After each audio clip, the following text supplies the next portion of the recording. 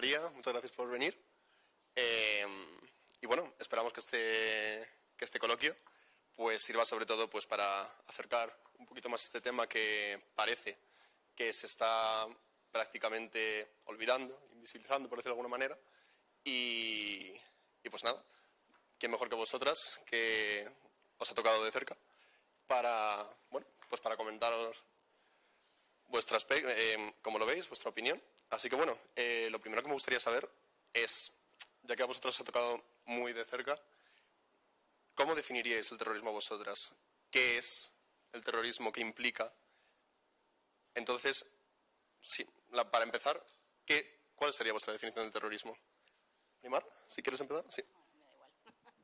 Bueno, muchísimas gracias. Lo primero, antes de entrar en la pregunta planteada, bueno, daros las gracias. Daros las gracias a Sacabat por el firme compromiso que tenéis, no solamente la defensa de los valores de nuestro sistema democrático, sino también uno de los valores principales de la democracia, como es la libertad, ¿no? Vosotros también, bueno, pues nacéis en Cataluña, en Barcelona, que también es un territorio donde, desgraciadamente, la falta de libertad no es que haya sido, sino que, desgraciadamente, sigue siendo una realidad. Y, bueno, pues daros las gracias, desde luego, por trasladar siempre el firme trabajo que estáis realizando, por trasladar no solamente la defensa de la memoria, dignidad y justicia de las víctimas del terrorismo, sino los importantes valores de nuestro sistema democrático a todos los jóvenes. Porque yo siempre tengo un lema, ¿no?, que es que los jóvenes tenéis que conocer el pasado para valorar el sistema democrático y la democracia, el nivel de democracia, ¿no?, que gocéis en estos momentos, con sus virtudes, con sus defectos,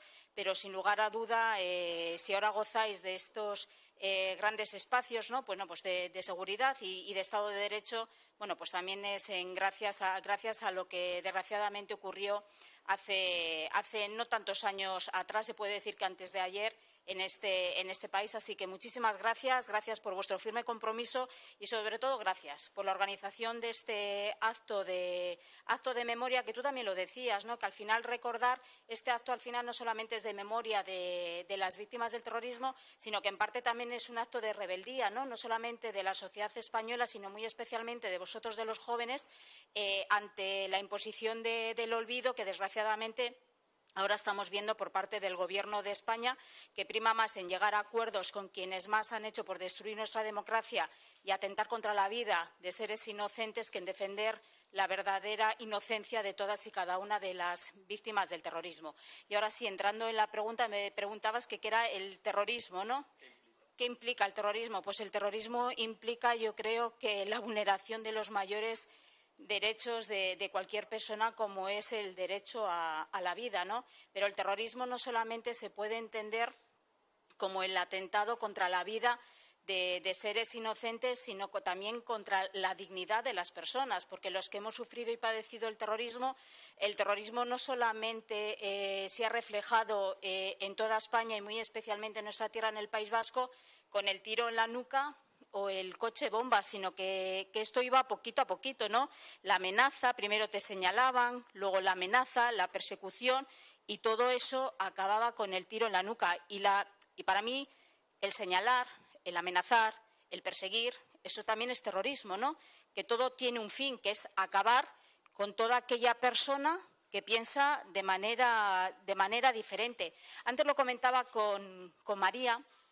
Ayer tuvimos un acto en el Senado y hoy también en la Asamblea de Madrid, de conmemoración con todo lo que ha ocurrido, desgraciadamente, con el tema del Holocausto, ¿no? Y yo oí ayer el testimonio de un superviviente y le comentaba a María, al final tú cerrabas los ojos y el mismo testimonio que él estaba trasladando, o las palabras de otros que estaban allí, se podía trasladar perfectamente a lo que hemos vivido y padecido nosotros en el País Vasco. Porque al final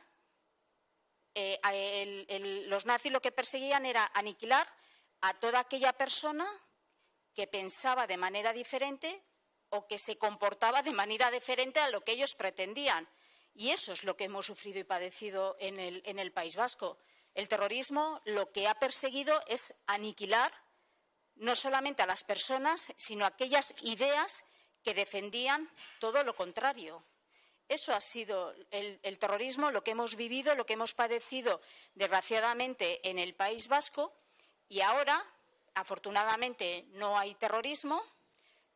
La vida de las personas en estos momentos no corre peligro, pero yo hay muchos momentos cuando salen algunas noticias del País Vasco que me recuerdo a una frase que dijo María José Usandizaga durante la tregua trampa de ETA en el año 2000, que decía que ahora no nos matan, pero tampoco nos dejan vivir en paz.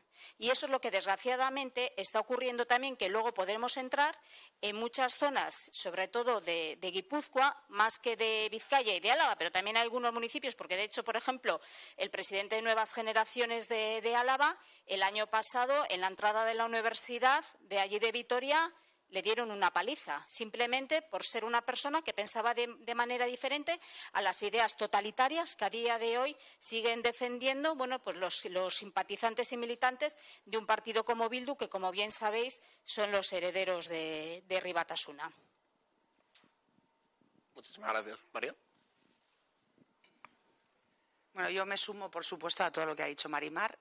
Al agradecimiento y a la enhorabuena. Me parece muy importante hacer este tipo de actos. A lo mejor tú piensas, pues no hay mucha gente. Bueno, pues cada uno de ellos luego lo trasladará a sus amigos, a sus familiares, en la universidad, y al final es como si tú tiras una piedra en un lago y son círculos concéntricos. Entonces, estate encantada del acto que habéis organizado.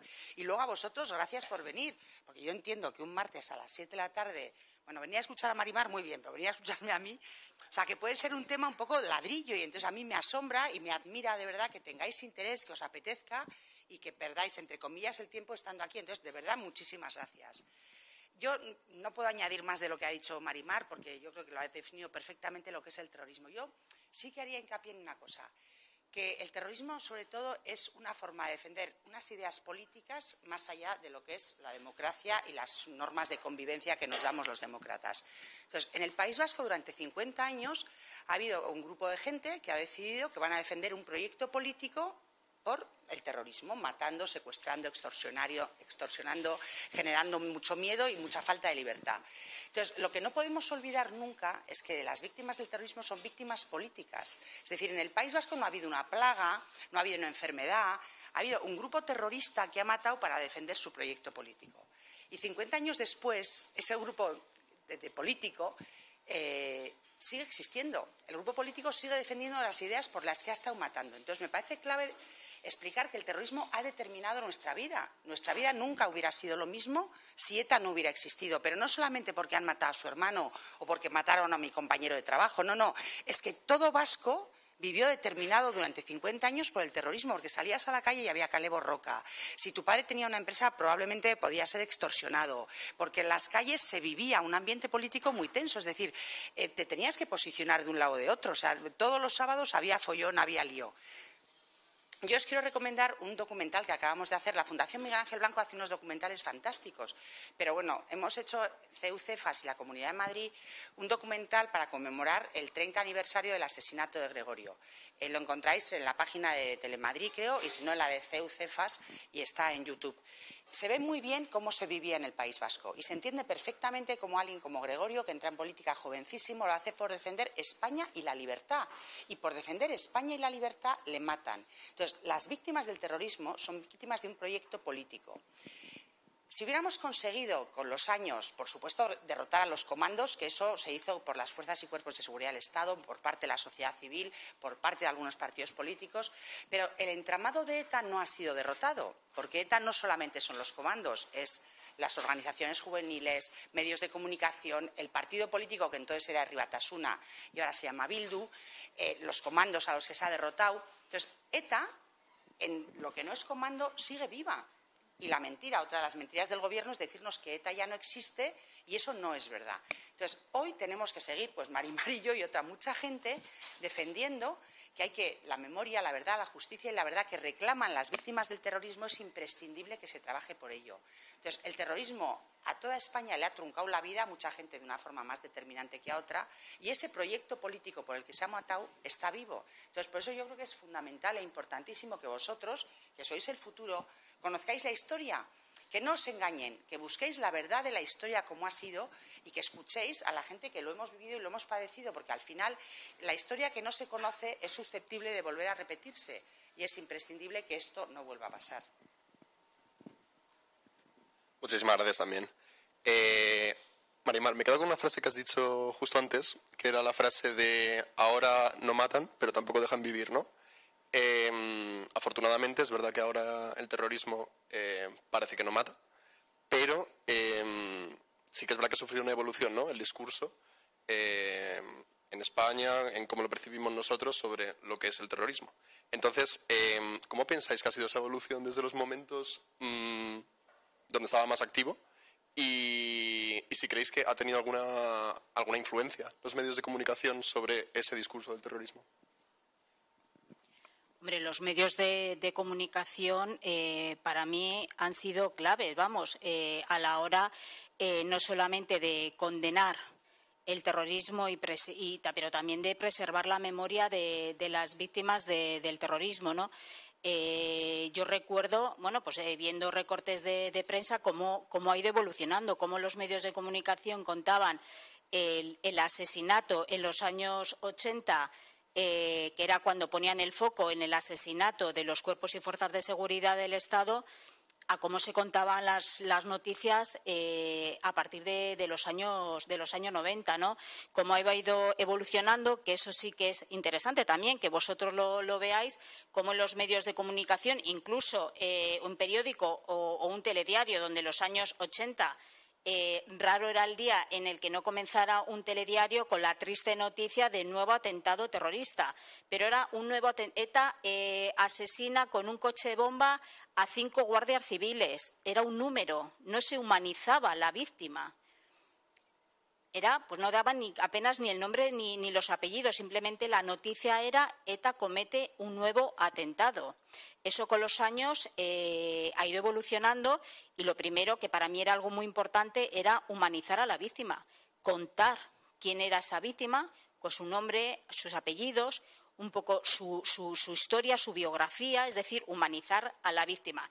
Y luego, sobre todo, ya no solamente desde el punto de vista de contar cada uno de los atentados terroristas, sino también en el País Vasco contar lo que sufríamos y padecíamos. Es que tenéis que saber que uno de los colectivos, por decirlo de alguna manera, que más ha perseguido también el terrorismo ha sido a los medios de comunicación, a periodistas, porque pobre de aquel que contara el acoso que estaba sufriendo por contar la verdad, o pobre de aquel que contara lo que estábamos viviendo y padeciendo todos aquellos ciudadanos vascos que no pensábamos de la misma manera que los totalitarios y los terroristas de ETA. Han asesinado a periodistas, los han perseguido, los han amenazado. Muchos periodistas han tenido que abandonar su tierra, el País Vasco, para intentar salvar su vida.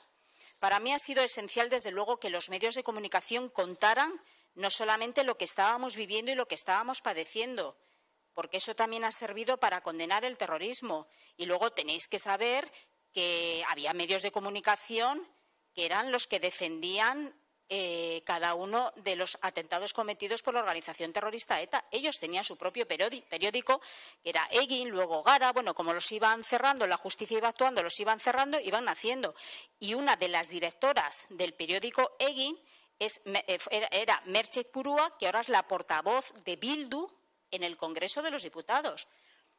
Este personaje fue condenado y estuvo en la cárcel porque este periódico Egin no solamente contaba la versión de cómo eran los atentados terroristas, porque, por ejemplo, cuando fue el asesinato de mi hermano, que eso es algo que a mí me llamó la atención, todos los periódicos, los principales medios de comunicación abrían el periódico, la portada era con la imagen de mi hermano o las manos manchadas de blanco, de pintura blanca, diciendo basta ya, y todos decían ETA asesina. Es que el lenguaje ha sido muy esencial para condenar al terrorismo, y el lenguaje era el titular ETA asesina a Miguel Ángel Blanco.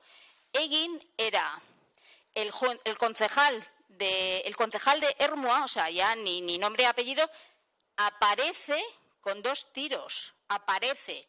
O sea, como si de repente él iba paseando por el Monte de la Sarte, se cae, oye, es que mala suerte que hay una pistola y se le dispara. No, no. Pues esto, la realidad era otra. Mi hermano estuvo secuestrado y hubo un asesino, Chapote, junto con su pareja y otro asesino, que fueron los que le mantuvieron secuestrado, que fueron los que le sacaron de ese zulo, fueron los que le sujetaron la nuca y fueron los que le pegaron 2 tiros en la nuca. Bueno, pues para que veáis cómo este periódico, Egin, bueno, pues contaba sus historias. Y luego hay otro hecho que a mí me parece muy esencial, que era por lo que Merche Izpurúa fue condenada y estuvo en la cárcel, es que estos periódicos no solamente eran la propaganda, ¿no? La propaganda, es que por eso es que se refleja tanto al nazismo, eran la propaganda de ETA. No solamente era eso, sino que Egin utilizaba sus páginas para señalar a posibles objetivos. Pobre de aquel que apareciese, no de ellos, sino de los otros, ¿verdad, María?, que apareciese en las columnas del periódico Egin, porque sabía que pasaba a formar parte de la lista negra de ETA. Esto era Egin, y esta es la directora, era, como digo, Merche Izpurúa, hoy portavoz de Bildu en el Congreso de los Diputados. Pero, como decía, no solamente los medios de comunicación han sido importantes en la condena, la utilización correcta del lenguaje y de llamar a las cosas por su nombre en el tema de ETA, sino que ahora para mí me parece que hacen un papel esencial en preservar la memoria y la dignidad de las víctimas del terrorismo, ¿no? Por ejemplo, ahora lo estamos viendo, ¿no? Ahora que se ha cumplido el 30 aniversario del asesinato de Gregorio Ordóñez, pues oyes, la verdad es que eso te anima y te da fuerza al ver cómo hay medios de comunicación que dedican sus columnas en honrar la memoria de una víctima del terrorismo inocente, como fue Gregorio Ordóñez, o cuando llega el aniversario de cualquier otra víctima y se cuenta qué pasó, qué sucedió, para que vosotros, los jóvenes, conozcáis la historia más reciente de nuestro país. Es que esto ya no solamente preserva la memoria, sino que es también conocimiento e información para que vosotros lo sigáis contando. Ayer decía en el Senado, ayer lo decía uno de los supervivientes del Holocausto, y decía que quedaban ya muy pocos supervivientes, que ellos ya eran muy mayores y que ellos no podían perder el tiempo en seguir contando para que ese testimonio no cayera en el olvido y se mantuviera no solamente en el presente, sino en el futuro. Y para que eso ocurra, lo que él decía, las actuales generaciones tienen que conocer lo que hemos vivido hace unos años atrás. Pues esto es lo mismo con el tema del terrorismo. Vosotros tenéis que conocerlo para que esto jamás caiga en el olvido, por mucho que lo intenten, por mucho que ahora el Gobierno intente culpar a las víctimas para tapar su culpa, porque saben que están pactando y negociando con quienes, como muy bien ha dicho María, a día de hoy siguen defendiendo las mismas ideas del tiro en la nuca y del coche bomba.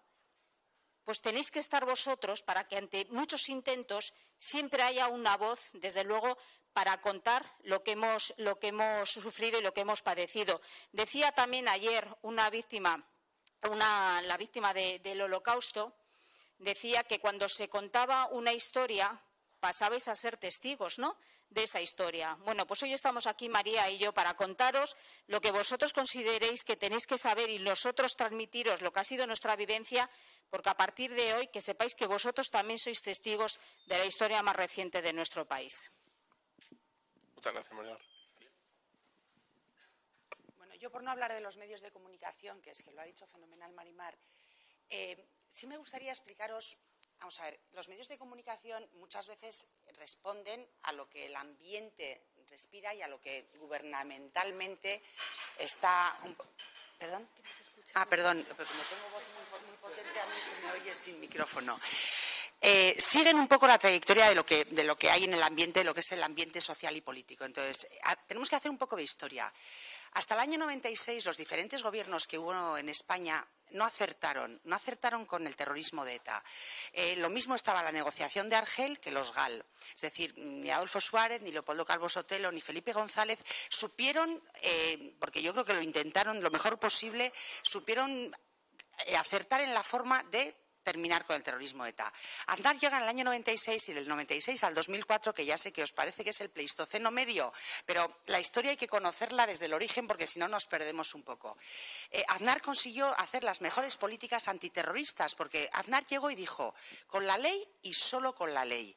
Y luego matar no tiene premio y dejar de matar tampoco va a tener premio.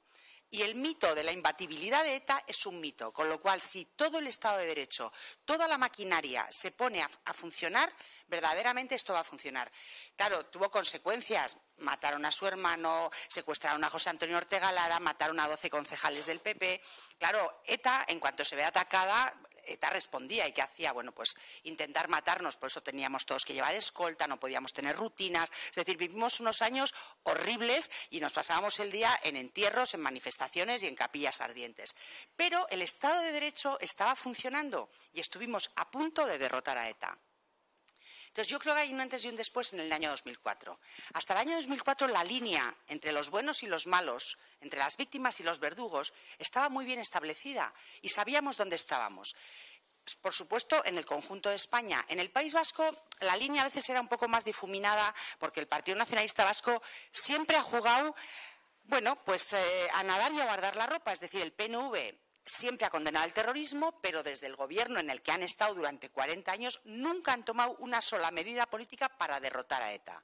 ETA nació en los años 50 del PNV y ellos los consideran un poco sus chicos. O sea, es verdad que le hemos oído a Arzayus decir a estos chicos que mataban, secuestraban, como si no hubiera otra cosa que hacer.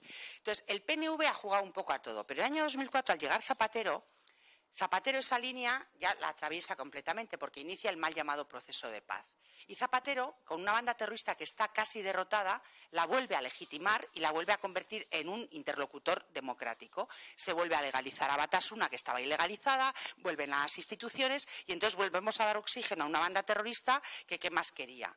Entonces, los medios de comunicación hasta el año 2004, esos 8 años de gobierno de José María Aznar, estaban perfectamente en paralelo con la acción del gobierno y los titulares, menos del Gara y el Legui y de Radio Euskadi, de los periódicos nacionales decentes, los titulares y los artículos eran siempre favorables a la derrota del terrorismo. Cuando llega Zapatero, claro, hay muchos medios de comunicación que viven de la subvención gubernamental y yo creo que eso no nos podemos engañar. Esto es así. Si el gobierno no está por derrotar a ETA, sino por conveniar con ella, por negociar y por pactar, pues el medio de comunicación lo tiene que justificar.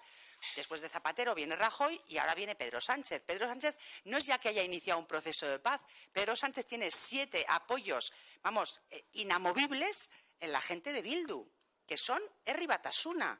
Porque, como muy bien ha recordado Marimar Blanco, Merche Izpurua era la directora del Egin o del Gara. Cuando liberan a José Antonio Ortega Lara, o sea, el titular de Miguel Ángel es, espectacular. Y cuando liberan a José Antonio Ortega Lara, después de estar 535 días en un zulo, José Antonio Ortega Lara era funcionario de prisiones. Bueno, pues el titular de Merche Izpurua, porque entonces ella era la directora del periódico, era Ortega vuelve a la cárcel, después de haberle tenido en un zulo 535 días. Bueno, pues ella ahora nos da lecciones de democracia desde la tribuna y el otro día se atrevía a decir, a ver si vamos a ilegalizar al PP y a Vox. Digo, claro, esto es la zorra en el gallinero. Es un ejemplo, ¿eh?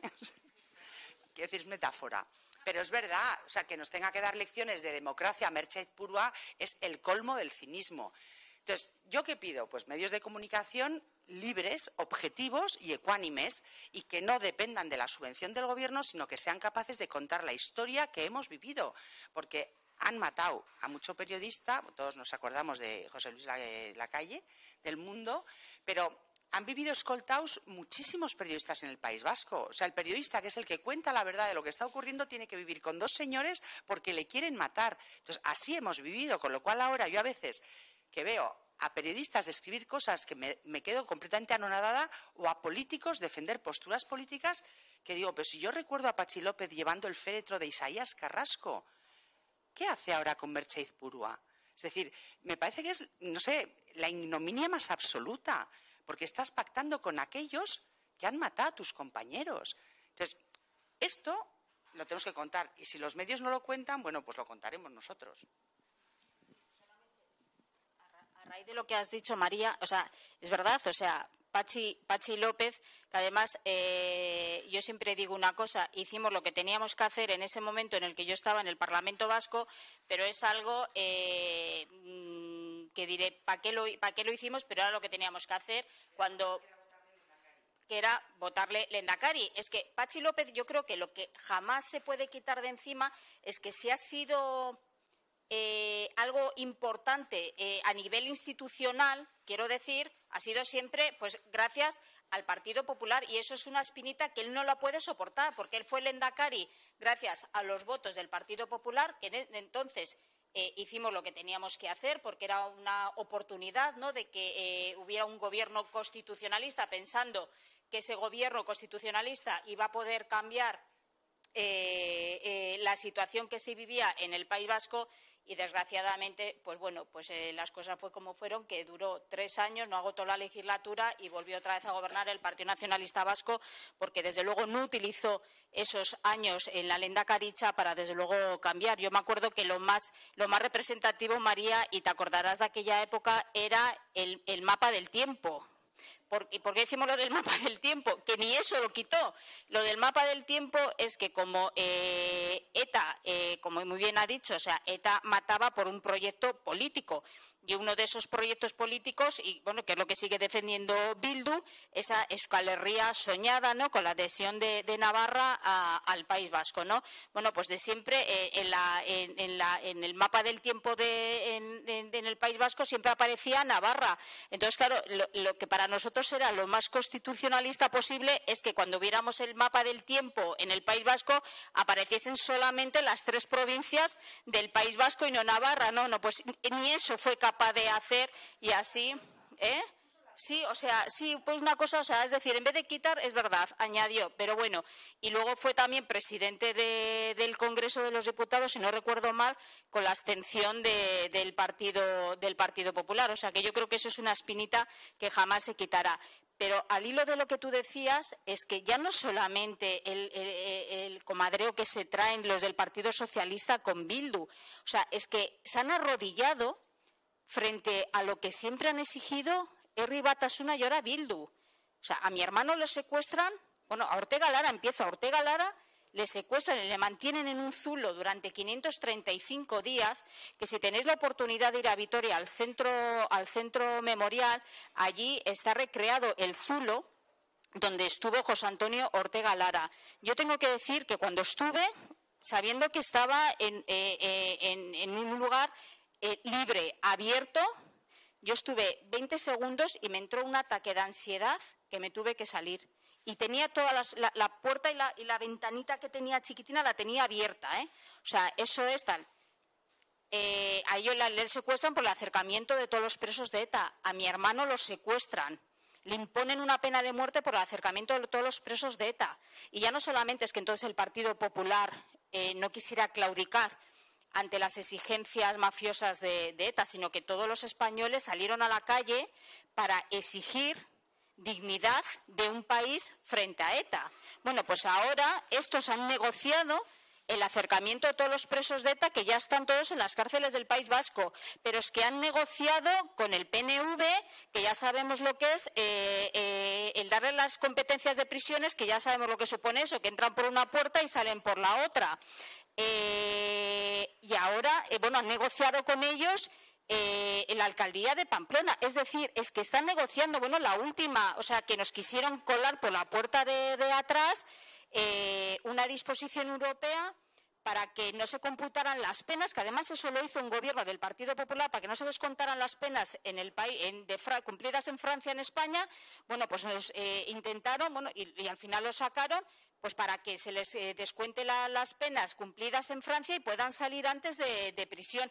Y así podemos hacer un largo etcétera de cosas vergonzosas y humillantes, indignantes, no solamente para la memoria de las víctimas del terrorismo, sino de la dignidad de todo un país como es España, con tal de mantener a Sánchez en el sillón de la Moncloa. O sea, esto es arrodillarse frente a los totalitarios, algo que jamás España hizo, incluso cuando la vida de Ortega Lara estaba siendo torturada en un zulo y la vida de mi hermano estaba siendo sometida a una pena de muerte. Esta es la de vergüenza de un partido como el Partido Socialista. Muchas gracias, Marimar. Como vamos un poquito pillados de tiempo, voy a hacer, si os parece, como un mix de las dos últimas preguntas que tenía. Al hilo de lo que hemos hablado, de cómo ha evolucionado el discurso, efectivamente a nosotros, afortunadamente, parece que no nos ha tocado tan de cerca vivir esos años Z, pero pensamos que ahora, bueno, como parece que la banda ya se derrotó, se terminó con ello, pero es verdad que ahora mismo, pues bueno, está en el gobierno, o sea, está en las instituciones, el gobierno pacta con ellos. ¿Pensáis que de alguna manera pues ya se ha disuelto, digamos, esa imagen de terrorismo que se ha invisibilizado? ¿Y qué se podría hacer al respecto para evitar que se acabe pues olvidando, invisibilizando algo como ha sido el terrorismo de ETA en España? ¿Ya? Bueno, yo creo que actos como este son muy significativos porque ya estar aquí contando todo esto impide que nos olvidemos. Claro, el gobierno pacta con Bildu, entonces tenemos que vivir como si ETA no hubiera existido. Y para vivir como si ETA no hubiera existido, lo primero que nos sobran son las víctimas del terrorismo, porque las víctimas del terrorismo son la conciencia y el pepito grillo que nos recuerda que ETA ha existido. No solo ha existido, sino que ETA sigue existiendo, porque no han renunciado a nada de su proyecto político. Hicieron una entrega de armas que también fue como de pandereta.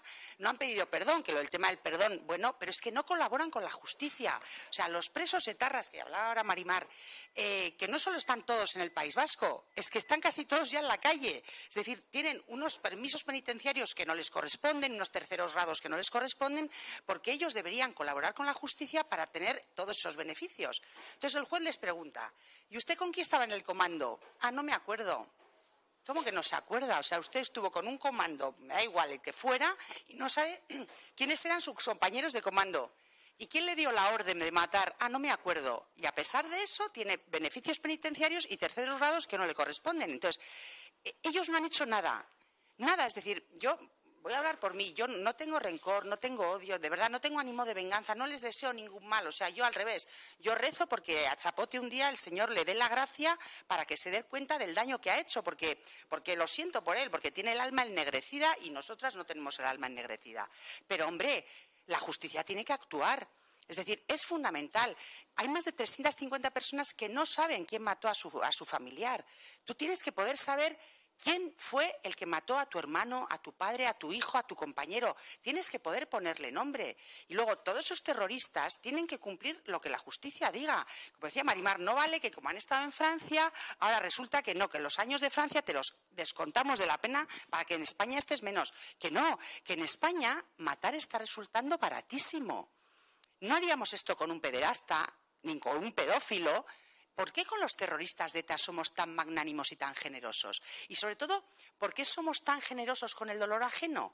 Que las víctimas perdonen, que las víctimas olviden. Como decía muy bien Marimar antes, las víctimas no son cifras, es decir, 5 guardias civiles no. Hay que decir el nombre, 2 apellidos, si estaba casado, si tenía hijos, qué edad tenía, porque tenemos que empatizar. Es decir, una sociedad que somos totalmente epidérmicos, porque todo es me siento, no me siento, ¿no? Ah, pero con las víctimas no somos sensibles. Que olviden, que perdonen y pasamos página. No podemos pasar página porque un país que olvida a sus héroes es un país muy ingrato, muy miserable. Y España, como dice Marimar, es un gran país. Entonces tenemos que tener a las víctimas siempre presentes porque gracias a ellas, gracias a sus asesinatos, nosotros vivimos en libertad. Es decir, les han matado a ellos para que nosotros podamos vivir en paz. Ninguno ha querido que le maten, ¿eh? O sea, Miguel Ángel Blanco no dijo yo quiero ser una víctima y que mi hermana esté toda la vida con la lacra de que es, bueno, la lacra y el honor de ser la hermana de Miguel Ángel Blanco. Yo el otro día hablaba con Ana Iribar. Me decía, es que yo era la viuda de España, que es la viuda de Gregorio Ordóñez. Claro, te ha tocado. Gregorio no quería que lo mataran. Entonces, yo creo que la sociedad española tiene que hacer un ejercicio de generosidad, de comprensión y de empatía para darnos cuenta que nuestros héroes, los héroes de nuestra democracia, se merecen que no nos olvidemos de ellos y que si pasado mañana hay un etarra al que han sacado a la calle y no se lo merecen, nos quejemos. El año pasado hubo más de 400 homenajes en el País Vasco. 400 homenajes a gente que salía de la cárcel porque había cometido un delito, porque a la gente no le meten en la cárcel porque sí, y en su pueblo le hacen un homenaje de recepción.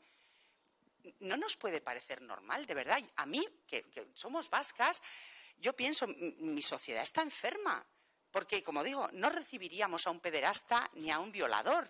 Y a la etarra le hacen homenajes y comidas populares. Pues yo creo que es que nos lo tenemos que hacer mirar, de verdad, ¿eh? Muchas gracias, María. ¿Animar? No, pues es totalmente de acuerdo. Y sobre todo, o sea, es que los jóvenes tenéis que conocer, claro, es que esa, otra de las cosas, por ejemplo, que han pactado el PSOE con Bildu es la ley de memoria democrática. O sea, lo que pretenden es contar cuál ha sido nuestra historia en nuestra democracia, pero claro, obviando que hemos padecido más de 50 años de azote terrorista, pues que aquí ha existido una organización terrorista, ETA, que asesinaba a gente inocente simplemente por pensar de manera diferente, defender, como muy bien ha dicho María, la libertad y la unidad de España en un territorio como el nuestro, en el País Vasco. Y los jóvenes tenéis que saber pues todo lo que ha ocurrido, porque yo me acuerdo el año pasado que me quedé con esa frase y a mí me ha servido luego pues cuando voy por los otros colegios mayores e institutos para contarlo. Iñaki Arteta, en el Congreso Internacional de Víctimas del Terrorismo, dijo, y esa frase digo, pues es que es verdad, es que se puede llegar a trasladar ese mensaje a los jóvenes. Dijo, claro, es que ahora los jóvenes no conocéis lo que hemos sufrido, no conocéis la historia más reciente de nuestro país. Ahora veis a un gobierno de España que se sienta a negociar con un partido como Bildu, que los jóvenes no sabéis cuál es el pasado de Bildu, que se les trata también, dice, oye, es que esto puede calar en los jóvenes que quizás tuvieron justificación en algún momento para cometer cada uno de los atentados terroristas o que quizás tan malos no fueron cuando ahora, por parte vuestra, que no conocéis, veis cómo a un partido como Bildu se le trata también. Y dije, ostras, es que me niego a que penséis eso. Es que yo me niego, desde luego, por la memoria de mi hermano y de todas y cada una de las víctimas del terrorismo y de personas como María, que María no lo ha contado, pero María ha sufrido y ha padecido lo que no está contado, ¿eh? O sea, eso sí que es para que algún día lo escuchéis también. O sea, es que personas como mi hermano, como Gregorio, como cada una de las víctimas del terrorismo, como personas perseguidas, amenazadas, como María San Gil, no se merece que ni un solo de los jóvenes piense que quizás tuvo algún tipo de justificación cada uno de los atentados cometidos porque no conocéis la historia. Por eso me parece tan esencial, tan importante que las víctimas del terrorismo, que las personas amenazadas, perseguidas, como María San Gil, os contemos cuál ha sido nuestra vivencia y nuestro testimonio. Es que me parece algo esencial.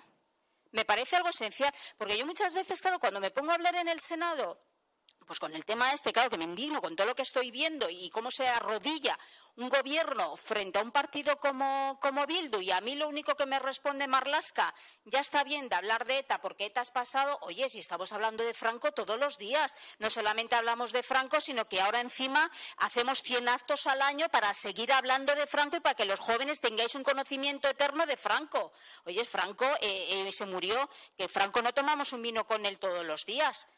O sea, de Franco podemos hablar. Ahora, de la historia más reciente, es que, claro, es que los jóvenes no conocéis, pero si yo os pregunto de qué año sois, es que cuando vosotros nacisteis, ETA estaba viva, ETA asesinaba.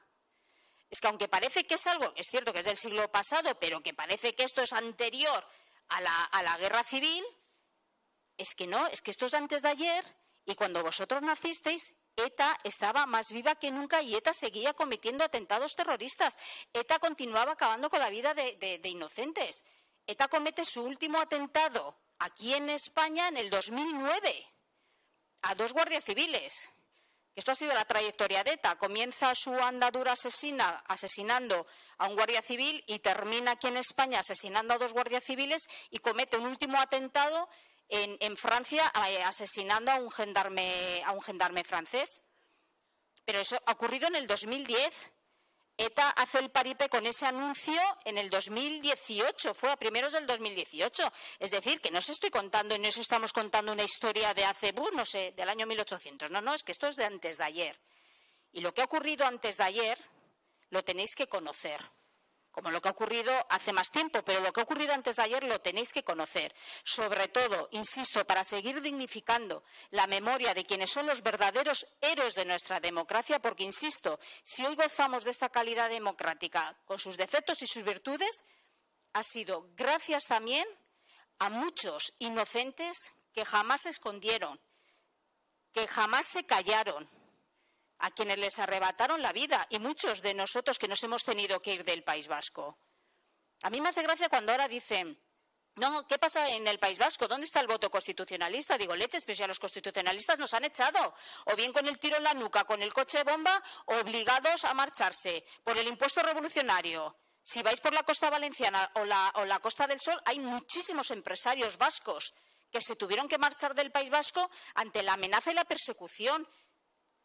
Muchos de nosotros nos tuvimos que ir ante la amenaza y la persecución para intentar salvar la vida.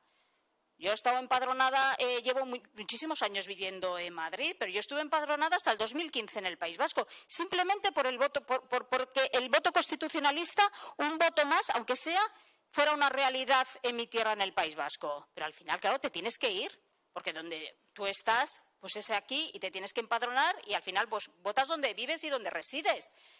Pero es que ¿cómo no va a subir el voto constitucionalista en el País Vasco? Entre que nos han echado y como allí no se habla, porque allí lo que estamos haciendo aquí es inviable. Ojalá, María, tú y yo pudiéramos estar en una sala en nuestra tierra, en el País Vasco, así hablando a los jóvenes. Yo pagaría por dar esa charla. O sea, pagaría, os lo digo sinceramente. Porque los jóvenes, es que allí no tienen ni idea, porque encima allí, como acá al lado, la vieja historia del conflicto, porque es lo que venden ellos, de bandos enfrentados, es decir, Goyo pertenecía a un bando, mi hermano pertenecía a otro bando, María pertenecía a otro bando, que también actúan de la misma manera que ha actuado ETA. No, vamos, o sea, allí no ha habido bandos, no ha existido ningún tipo de conflicto. Allí lo que ha existido es una organización terrorista llamada ETA, que amenazaba, perseguía y asesinaba a gente inocente, pero eso no lo saben los jóvenes, lo del conflicto, va, ya ha terminado, va, ETA tal, Bildu, va, no conocemos quién es Bildu, va, pero si son majos los chavales, oye, es que majos son, si nos hablan de vivienda todos los días, de medio ambiente, oye, es que majos son, pues oye, al final los hijos del PNV están votando a Bildu. Eso es lo que está pasando. Al PNV le ven como un partido ya antiguo, carca, y Bildu le ven como un partido, pues esto, progre, moderno, verde, tal, no sé qué, guay, y le votan como no saben cuál es su pasado. Por eso es tan importante, de verdad, estos actos, y por eso es tan importante no solamente que os contemos, sino que también vosotros trasladéis, como os decía María, indaguéis. O sea, nosotros en la página web de la Fundación Miguel Ángel Blanco tenemos muchísimas historias, tenemos muchísimos documentales que hacemos de diferentes colectivos que han sido perseguidos, que han sido aniquilados.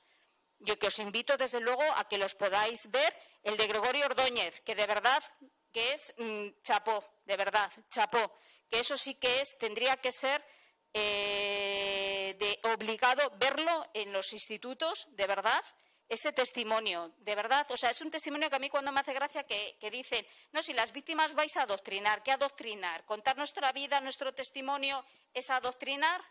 De verdad que muchísimas gracias a Sacabat por este ejemplo de rebeldía, como decía al principio de mi intervención.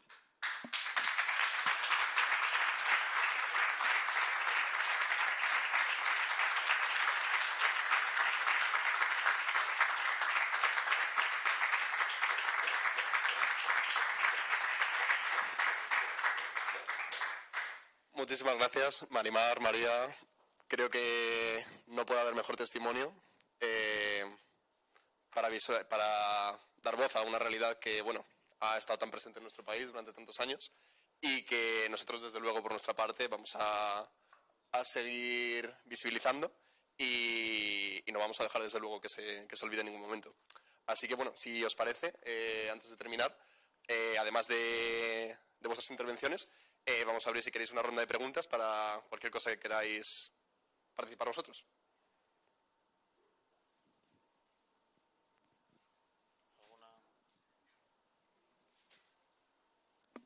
Hola, muchas gracias por hacernos testigos de vuestra historia, la verdad.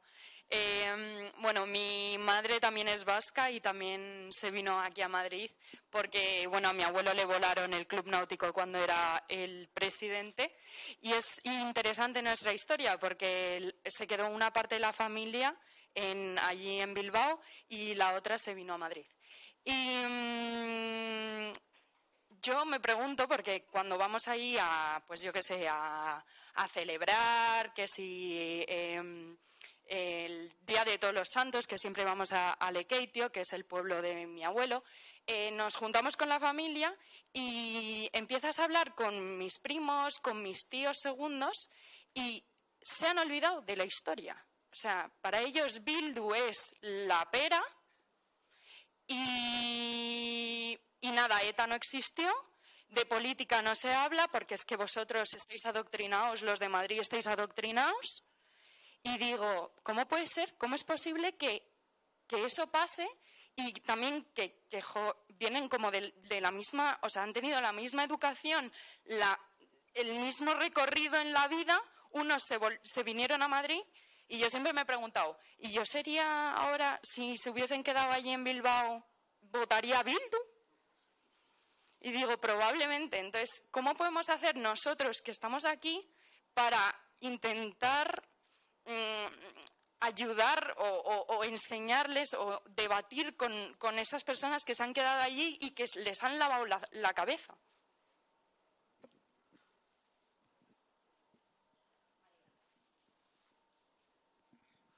Yo te conozco, por eso. Claro, a la chica ya le conozco. A ver, yo trabajo en Madrid, pero yo sigo empadronada en el País Vasco y voto en el País Vasco.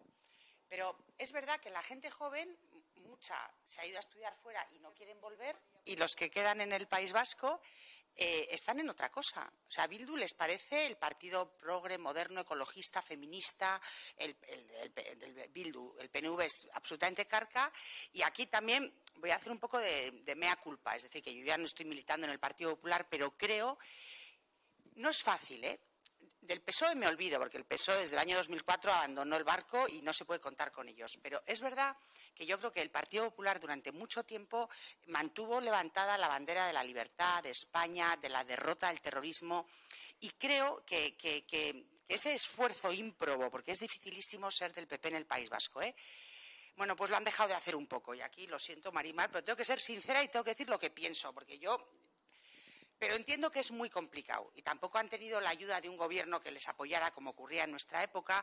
Entonces, es verdad que el constitucionalismo no existe.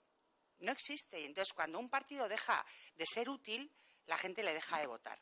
Pero porque mucha gente se ha marchado, muchos jóvenes que podrían votar al PP ya no están. Y entonces, si tú dejas de ocupar ese espacio lo ocupa alguien. Entonces, la historia que se está contando en el País Vasco es una historia absolutamente falaz y perversa y torticera, porque no es verdad, es el famoso relato. Pero relato es antagónico de historia. Se han inventado un relato en el que el nacionalismo y Bildu y HB y el totalitarismo y ETA quedan bien, hacemos tabula rasa y empezamos desde cero. Entonces, os voy a poner un ejemplo. Y voy a decir, bueno, el Diario Vasco ha hecho un documental sobre Gregorio Ordóñez, en el que yo iba a salir, no sé qué. Lo ha financiado el Gobierno vasco, el Instituto Gogora y la Diputación de Guipúzcoa. Y entonces yo pienso, hemos perdido el norte.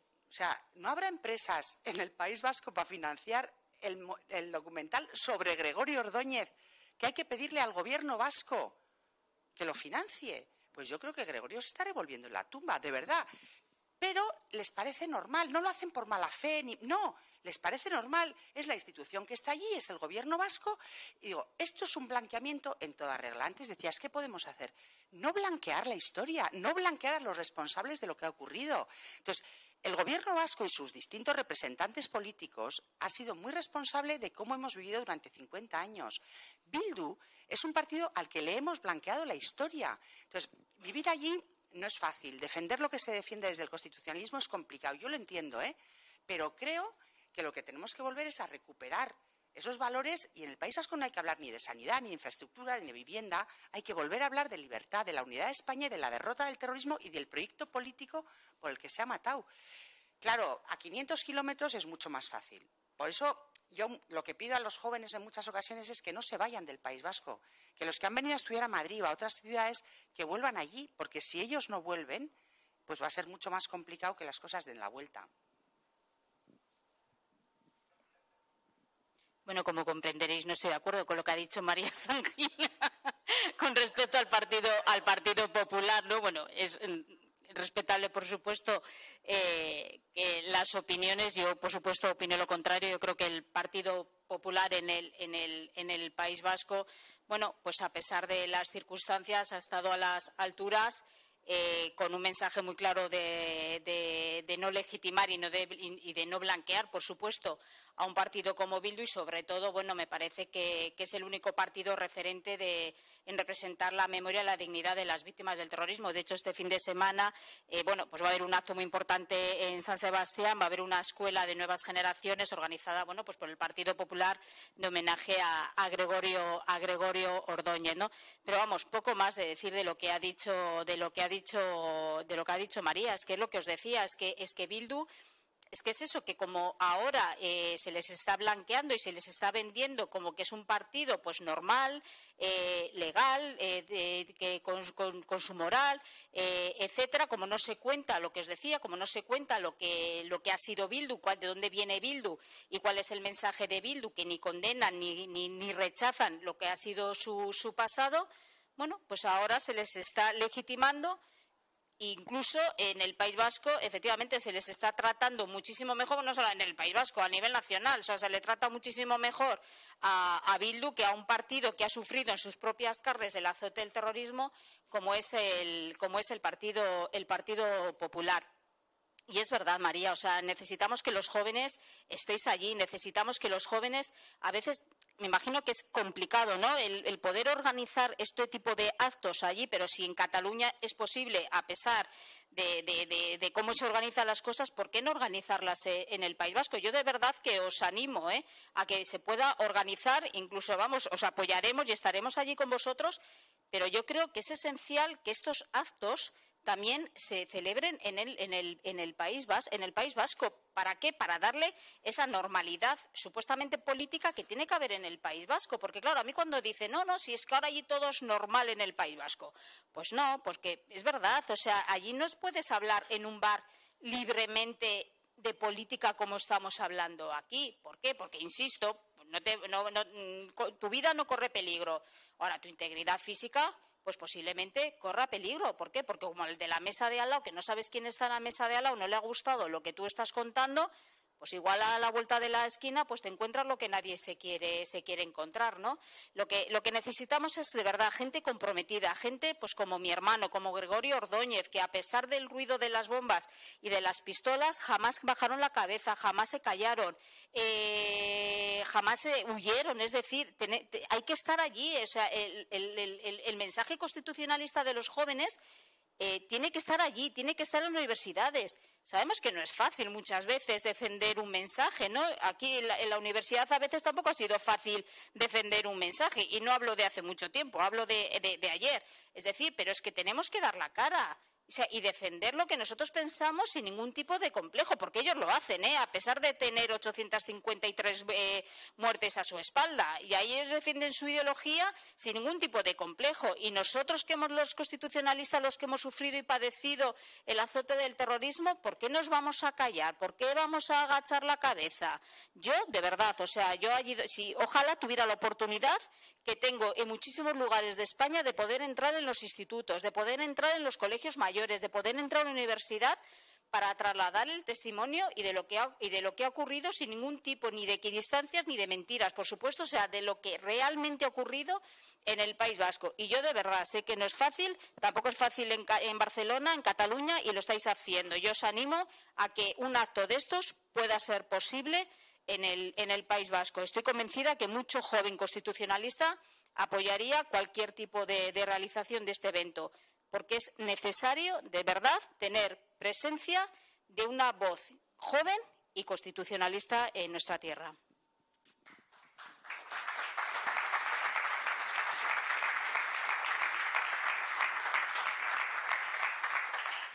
Muchísimas gracias. Vamos a ver si da tiempo a otra pregunta más cortita, ¿no? Sí, por eso, cortita.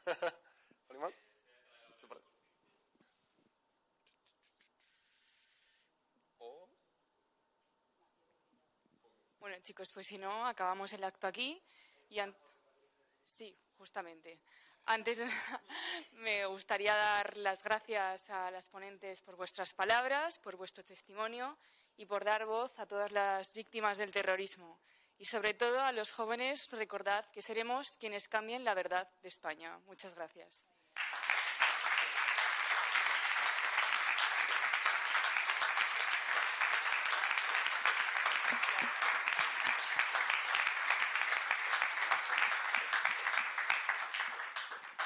Y ahora sí, chicos, por favor, si os podéis acercar aquí para hacernos una foto en grupo, y cuando acabemos la foto os invitamos a unos refrescos, pues si queréis quedaros a charlar y a conocernos. Muchas gracias a todos. ¿Nos movemos o no? Para la foto nos quedamos sentados, no nos movemos. Nos levantamos para que Nos levantamos. A eso me refería.